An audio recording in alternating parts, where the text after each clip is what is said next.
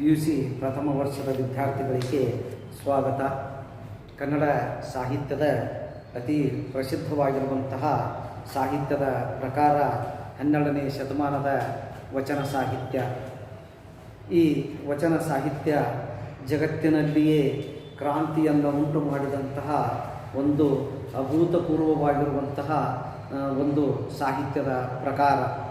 ಇಂಥ ಈ ಸಾಹಿತ್ಯದಲ್ಲಿ ಅನೇಕ ಶಿವಶರಣರು ಶಿವಶರಣೆಯರು ವಚನಗಳನ್ನು ರಚಿಸಿ ಸಾಮಾಜಿಕ ಅಸಮಾನತೆಯನ್ನು ಹೋಗಲಾಡಿಸಿ ವ್ಯಷ್ಟಿ ಪ್ರಗತಿ ಮತ್ತು ಸಮಷ್ಟಿ ಪ್ರಗತಿಯನ್ನು ತರಲು ಪ್ರಯತ್ನಿಸಿದಂಥವರು 12ನೇ ಶತಮಾನದ ಶರಣರು ಮತ್ತು ಶಿವಶರಣೆಯರು. ಅಂಥ ಶರಣರಲ್ಲಿ ಪ್ರಸಿದ್ಧರಾಗಿರುವಂಥವರು ಬಸವಣ್ಣ, ಅಕ್ಕಮಹಾದೇವಿ, ಚನ್ನಬಸವಣ್ಣ, ಸಕಲೇಶ್ ಮಾದರಸ. ಈ ಎಲ್ಲ ವಚನಕಾರರಿಗಿಂತಲೂ ಅತಿ ಪ್ರಸಿದ್ಧಿಯನ್ನು ಹೊಂದಿದಂತಹ ಒಬ್ಬ ವಚನಕಾರ ಶಿವಶರಣ ಅಲ್ಲಮಪ್ರಭು. ಶಿವಮೊಗ್ಗ ಜಿಲ್ಲೆಯ ಬಳ್ಳಿಗಾವಿ ಈ ಅಲ್ಲಮಪ್ರಭುಗಳ ಜನ್ಮಸ್ಥಳ. ಕಾಲ ಕ್ರಿಸ್ತಶಕ ಸುಮಾರು 1160. ಅಲ್ಲಮಪ್ರಭುವಿನ ವಚನಗಳು ಪ್ರತಿಭಟನಾತ್ಮಕ ಮತ್ತು ವಿಚಾರಾತ್ಮಕ ಮತ್ತು ವಿಮರ್ಶಾತ್ಮಕ ಅಂಶಗಳನ್ನು ಒಳಗೊಂಡಿದೆ. ಇಡೀ 12ನೇ ಶತಮಾನದ ವಚನಕಾರರಲ್ಲಿಯೇ ಅತಿ ವಿಶಿಷ್ಟವಾಗಿರುವಂತಹ ವಚನಗಳನ್ನು ರಚನೆ ಮಾಡಿದಂಥವರು ಅಲ್ಲಮಪ್ರಭುಗಳು. ಬೆಳಗಿನ ವಚನಗಳನ್ನು ರಚಿಸುವುದರ ಮೂಲಕ ಭಾಳಷ್ಟು ಅರ್ಥವತ್ತಾದಂತಹ ವಚನಗಳನ್ನು ರಚನೆ ಮಾಡಿದ್ದಾರೆ. ಅಂತಹ ಅಲ್ಲಮಪ್ರಭುಗಳ ವಚನಗಳಲ್ಲಿ ನಾವು 3 ವಚನಗಳನ್ನು ಈಗ ಅಭ್ಯಾಸ ಮಾಡಬೇಕಾಗಿದೆ. ಮೊದಲನೆಯ ಒಂದು ವಚನ, ಕಾಲುಗಳೆಂಬವು ಗಾಲಿ ಕಂಡಯ್ಯ, ದೇಹವೆಂಬುದು ತುಂಬಿದ ಬಂಡಿ ಕಂಡಯ್ಯ, ಬಂಡಿಯ ಹೊಡೆಯುವವರೈವರು ಮಾನಿಸರು, ಒಬ್ಬರಿಗೊಬ್ಬರು ಸಮವಿಲ್ಲಯ್ಯ, ಅದರ ಇಚ್ಛೆಯನ್ನು ಅರಿದು ಹೊಡೆಯದಿರ್ದಡೆ ಅದರ ಅಚ್ಚುಮುರಿಯಿತ್ತು ಗುಹೇಶ್ವರ. ಅಲ್ಲಮಪ್ರಭುಗಳು ಈ ವಚನದಲ್ಲಿ ದೇಹವನ್ನು ತುಂಬಿದ ಬಂಡಿಗೆ ಹೋಲಿಸಿ ಆ ದೇಹವೆಂಬ ಬಂಡಿ ಸುಗಮವಾಗಿ ಸಾಗುವುದಕ್ಕೆ ಪಂಚೇಂದ್ರಿಯಗಳೇ ಪ್ರಮುಖ ಪಾತ್ರವನ್ನು ವಹಿಸುತ್ತವೆ. ಅಂತಹ ಆ ಪಂಚೇಂದ್ರಿಯಗಳು ಹೇಳಿದಂತೆ ಈ ದೇಹ ಕೇಳದೆ ಆ ಪಂಚೇಂದ್ರಿಯಗಳನ್ನು ತನ್ನ ನಿಯಂತ್ರಣದಲ್ಲಿ ತನ್ನ ಹದ್ದುಬಸ್ತಿನಲ್ಲಿ ಇರಿಸಿಕೊಂಡು ಈ ದೇಹ ಮುಂದೆ ಸಾಗಬೇಕಾಗ್ತದೆ. ಅಂದಾಗ ಮಾತ್ರ ಈ ದೇಹ ಅನ್ನುವಂಥ ಈ ಬಂಡಿ ಅದು ಸುಗಮವಾಗಿ ಸಾಗಿ ಅದು ತನ್ನ ಗುರಿಯನ್ನು ಮೂಡ್ತದೆ. ಅದಕ್ಕಾಗಿ ದೇಹವನ್ನು ಬಂಡಿಗೆ ಹೋಲಿಸಿ ಇಲ್ಲಿ ದೇಹದ ಮಹತ್ವವನ್ನು ಈ ಮೊದಲನೇ ವಚನದಲ್ಲಿ ಅಲ್ಲಮಪ್ರಭುಗಳು ತಿಳಿಸಿಕೊಟ್ಟಿದ್ದಾರೆ. ಕಾಲುಗಳೆಂಬವು ಗಾಲಿ ಕಂಡಯ್ಯ, ದೇಹ ಅನ್ನುವಂತಹ ಈ ಬಂಡಿಯ ಚಕ್ರಗಳು ಅಂತಂದರೆ ಇಲ್ಲಿ ಕಾಲುಗಳು. ದೇಹವೆಂಬುದು ತುಂಬಿದ ಬಂಡಿ ಕಂಡಯ್ಯ, ದೇಹ ಅನ್ನುವಂಥದ್ದು ತುಂಬಿದ ಬಂಡಿ.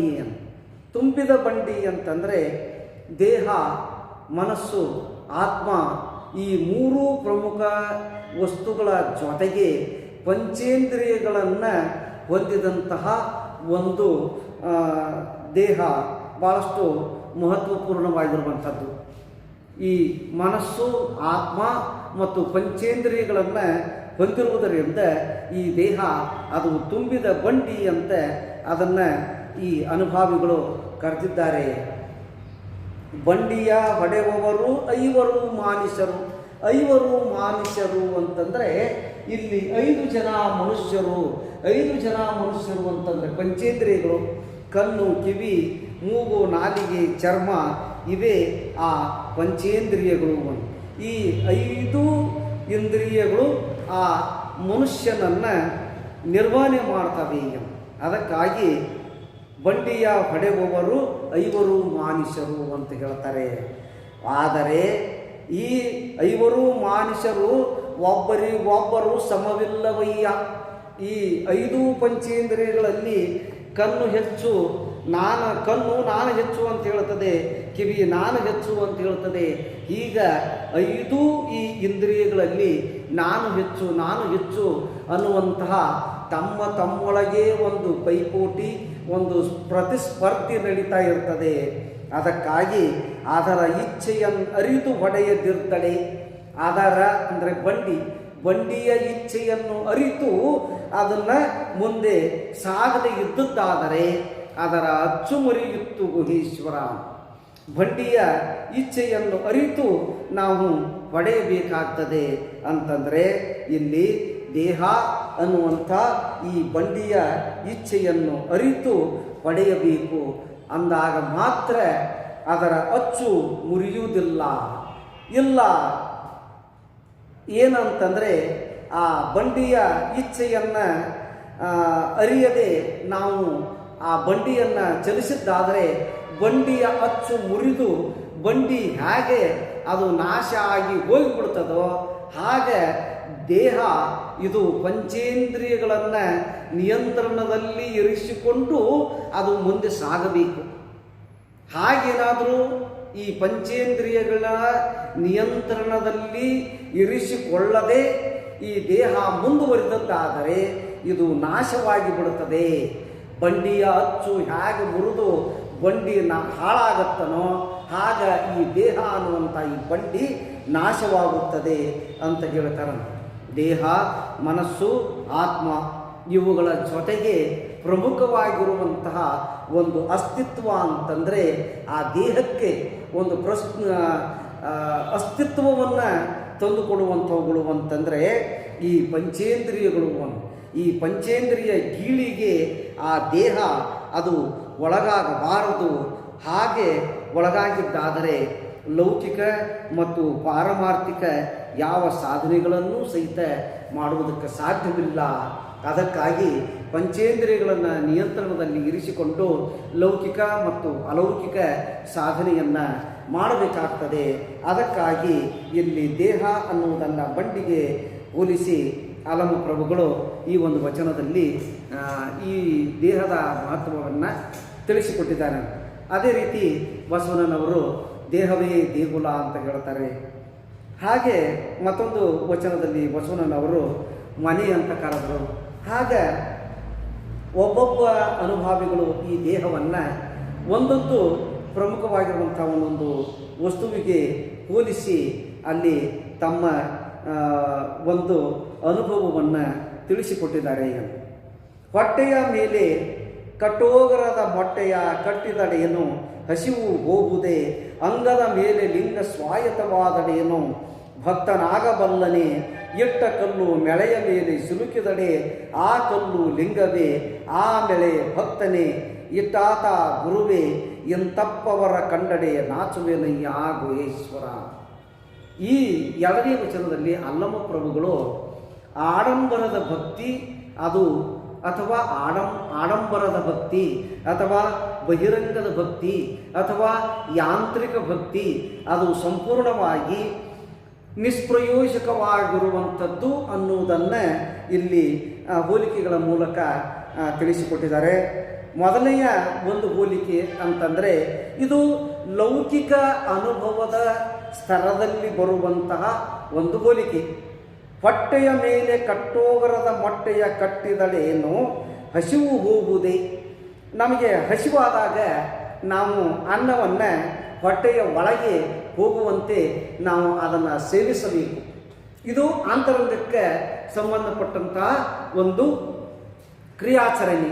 ಈ ಅಂತರಂಗಕ್ಕೆ ಸಂಬಂಧಪಟ್ಟಿರುವಂತಹ ಈ ಕ್ರಿಯಾಚರಣೆಯನ್ನು ಬಿಟ್ಟು ಬಹಿರಂಗದ ಮೂಲಕ ಈ ಕ್ರಿಯಾಚರಣೆಯನ್ನು ನಾವು ಮಾಡಿದ್ದಾದರೆ ನಮ್ಮ ಹಸಿವು ಹೋಗೋದಿಲ್ಲ ಅಂತಂದರೆ ಬಹಿರಂಗದ ಕ್ರಿಯಾಚರಣೆ ಅಂತಂದರೆ ಇಲ್ಲಿ ಅನ್ನದ ಆ ಗಂಟನ್ನು ಮೊಟ್ಟೆ ಅಂದರೆ ಗಂಟು, ಅನ್ನದ ಒಂದು ಗಂಟನ್ನು ಮಾಡಿಕೊಂಡು ಅದನ್ನು ಹೊಟ್ಟೆಯ ಮೇಲೆ ನಾವು ಅದನ್ನು ಕಟ್ಟಿಕೊಂಡ್ರೆ ಹೊಟ್ಟೆಯಲ್ಲಿ ಇರುವಂಥ ನಮ್ಮ ಹಸಿವು ಹೋಗುವುದಿಲ್ಲ. ಇದು ಒಂದು ಬಹಿರಂಗದ ಒಂದು ಕಾರ್ಯ. ಹೀಗೆ ಬಹಿರಂಗದ ಕಾರ್ಯ ಅದು ವ್ಯರ್ಥ ಅನ್ನುವುದನ್ನು ಲೌಕಿಕದ ಉಪಮೇಯ ಹೋಲಿಕೆಯ ಮೂಲಕ ಅದು ವ್ಯರ್ಥ ಅಂತ ಹೇಳಿಕೊಡ್ತಾರೆ. ಇನ್ನು ಮುಂದೆ ಹೋದಂತೆ ಆಧ್ಯಾತ್ಮದ ಒಂದು ಪ್ರಕ್ರಿಯೆಯಲ್ಲಿ ತೊಡಗಿದಾಗ ಹೇಗೆ ಬಹಿರಂಗದ ಭಕ್ತಿ ನಿಷ್ಪ್ರಯೋಜಕವಾಗಿರುವಂಥದ್ದು ಅನ್ನೋದನ್ನು ಮುಂದೆ ಹೋಗಿ ಹೇಳ್ತಾನೆ. ಅಂಗದ ಮೇಲೆ ಲಿಂಗ ಸ್ವಾಯತ್ತವಾದಡೇನು ಭಕ್ತನಾಗಬಲ್ಲನೇಯನು. ಈ ದೇಹದ ಮೇಲೆ ನಾವು ಲಿಂಗವನ್ನು ಧರಿಸಿಕೊಂಡು ಭಕ್ತನಂತೆ ನಾವು ನಟಿಸಿದರೆ ಅದು ನಿಜವಾದ ಭಕ್ತನಲ್ಲ. ಭಕ್ತ ಅಂತ ಕರೆಸಿಕೊಳ್ಳಬೇಕಾದರೆ ಸತ್ಕ್ರಿಯಾಚರಣೆಗಳನ್ನು ಅವನು ಆಚರಿಸಿಕೊಂಡು ಬರ್ತಾ ಇರಬೇಕು. ಅಂಥವನು ಮಾತ್ರ ಭಕ್ತನಾಗ್ತಾನೆ.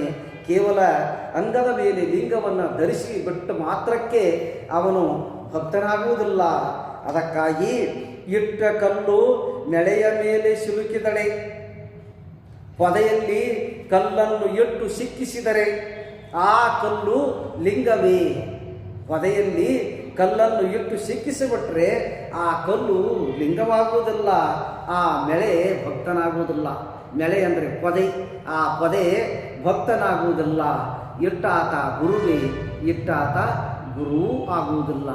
ಗುರು ಲಿಂಗ ಜಂಗಮ ಅಂತಂದರೆ ಇಲ್ಲಿ ಸತ್ಕ್ರಿಯಾಚರಣೆಗಳನ್ನು ಹೊಂದಿರಬೇಕು.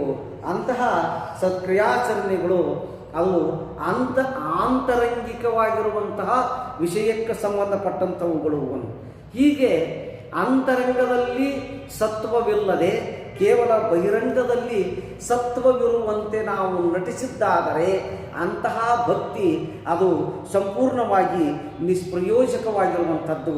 ಅದಕ್ಕಾಗಿ ಎಂತಪ್ಪವರ ಕಂಡಡೆ ನಾಚುವೆನಯ್ಯ ಗುಹೇಶ್ವರ ಅಂದರೆ ಎಂತಪ್ಪವರ ಕಂಡಡೆ ಕೇವಲ ಬಹಿರಂಗದಲ್ಲಿ ಕೇವಲ ಆಡಂಬರದ ಮೂಲಕ ಯಾಂತ್ರಿಕವಾಗಿ ಈ ಮಾಡುವಂಥ ಇಂತಹ ಭಕ್ತರನ್ನು ಕಂಡ್ರೆ ನನಗೆ ನಾಚಿಕೆ ಬರ್ತದೆ ಅಂತ ಹೇಳಿ ಇಂತಹ ಆಡಂಬರದ ಒಂದು ಭಕ್ತಿಯನ್ನು ಇಲ್ಲಿ ಟೀಕೆ ಮಾಡ್ತಾರೆ ಅಲಮ ಪ್ರಭುಗಳು.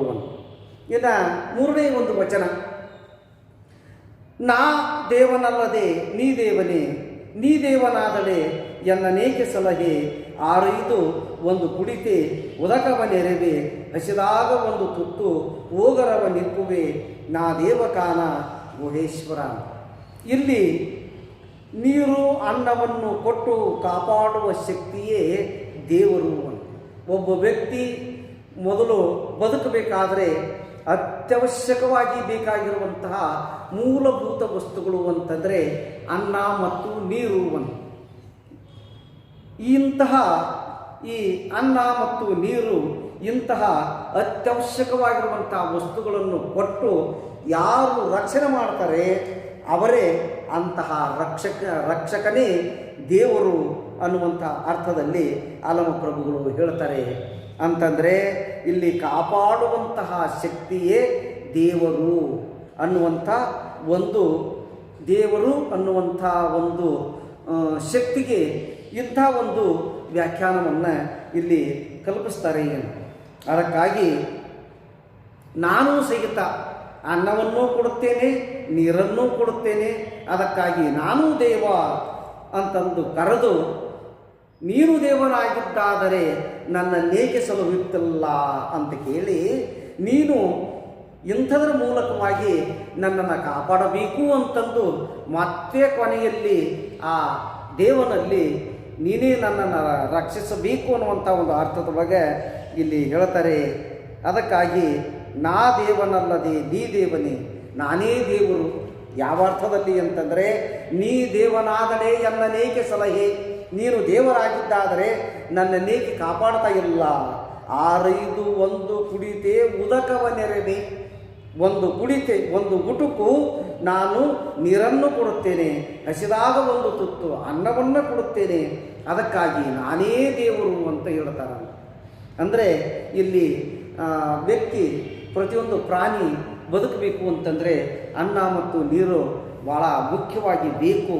ಅಂಥ ವಸ್ತುಗಳನ್ನು ಕೊಟ್ಟು ಯಾರು ಕಾಪಾಡ್ತಾರೋ ಅಂಥ ಒಂದು ಕಾಪಾಡುವಂಥ ಒಂದು ಶಕ್ತಿಯೇ ದೇವರು ಅನ್ನುವಂಥ ಒಂದು ರೀತಿಯಲ್ಲಿ ಹೇಳ್ತಾರೆ.